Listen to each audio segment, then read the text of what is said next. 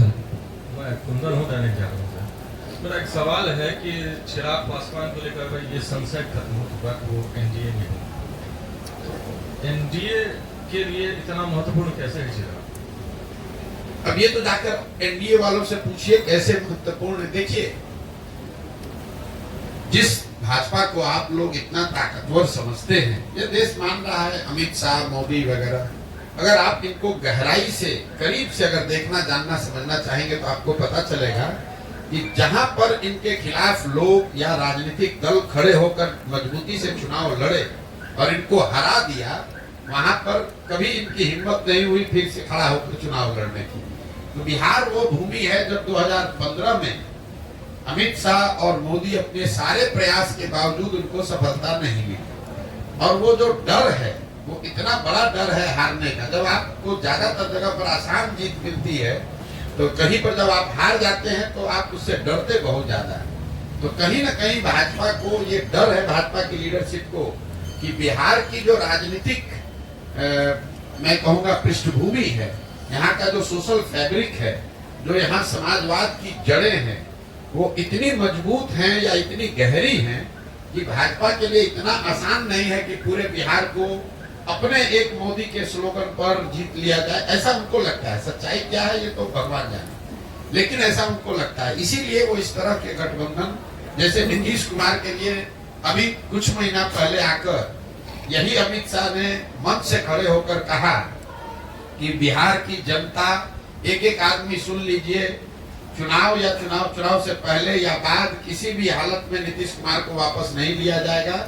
इनके लिए भाजपा के दरवाजे हमेशा के लिए बंद। वही अमित शाह जो इतनी बड़ी बड़ी बात बोलते हैं, ये लोग दावा करते हैं हम 400 सीट जीतेंगे।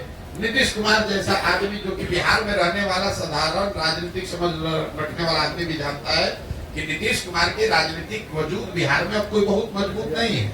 ये उनके राजनीति का अंतिम दौर है। लेकिन अगर वो भी वापस आ रहे हैं तो भाजपा को उसको मानने, स्वीकार करने में कोई दिक्कत नहीं है।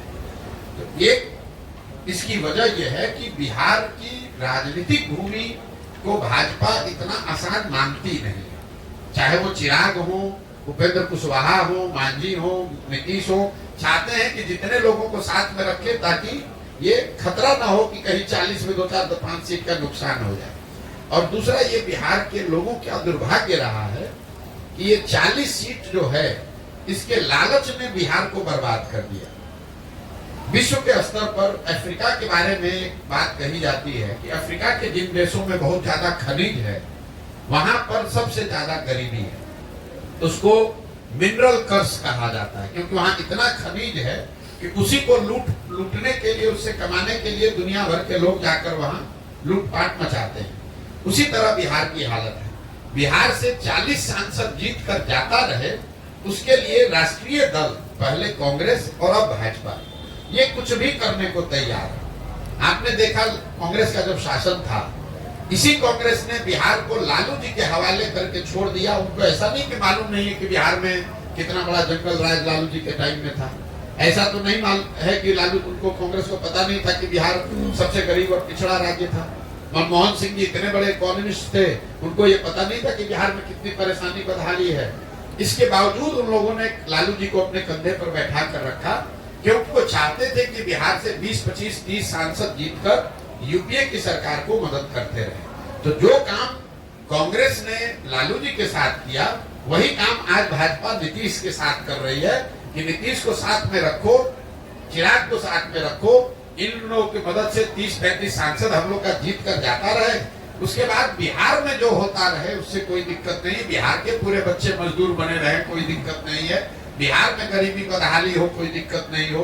बिहार के बच्चे जब गुजरात जाए तो उसको बिहारी कहकर उसका मजाक उड़ाए, गाली दे, लेकिन बिहार से 35-40 सांसद हम लोग का जीत कर जाता रहे। ये जो सोच है, ये जो लालच है, यही इन चीजों को कराता है।